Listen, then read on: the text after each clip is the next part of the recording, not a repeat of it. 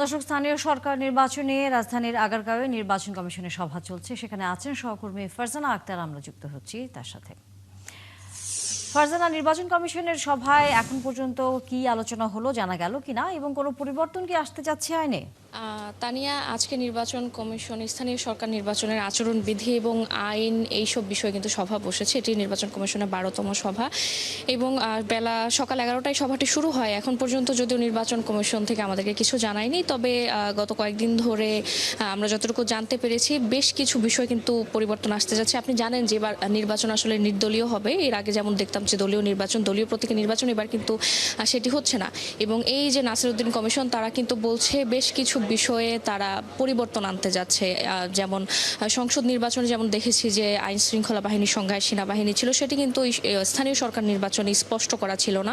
নির্বাচন কমিশন সেটিকে প্রস্তাব করবে যাতে স্থানীয় সরকার নির্বাচনেও আইন শৃঙ্খলা বাহিনীর সংখ্যায় সেনাবাহিনীকে অন্তর্ভুক্ত করা হয়। পাশাপাশি তারা যেমনটি আমরা জানতে পেরেছি যে এমপিওভুক্ত পদ থেকে স্থানীয় সরকারের যে নির্বাচনে এইসব নির্বাচন করা যাবে না, এমন প্রস্তাব কিন্তু তারা দিবেন।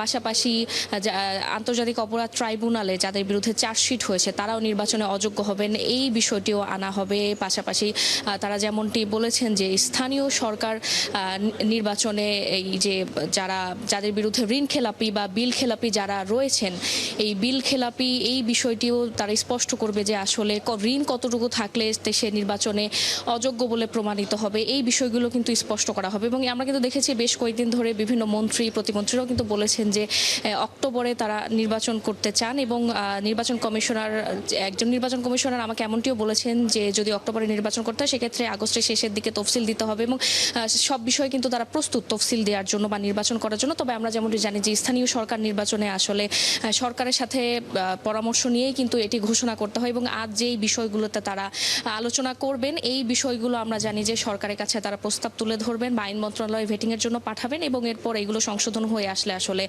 নির্বাচনের যে রোড ম্যাপ সেটি নির্বাচন কমিশন দেবেন। এখনো কমিশন সভা চলছে, শেষ হলে যখন নির্বাচন কমিশন আমাদেরকে ব্রিফ করবেন তখন আমরা আরো বিস্তারিত জানাতে পারবো। নিশ্চয়ই ফারজানা, আমরা তখন ফিরে আসবো আপনার কাছে। ধন্যবাদ আপনাকে। দর্শক, সহকর্মী ফারজানা আক্তার ছিলেন নির্বাচন কমিশন থেকে।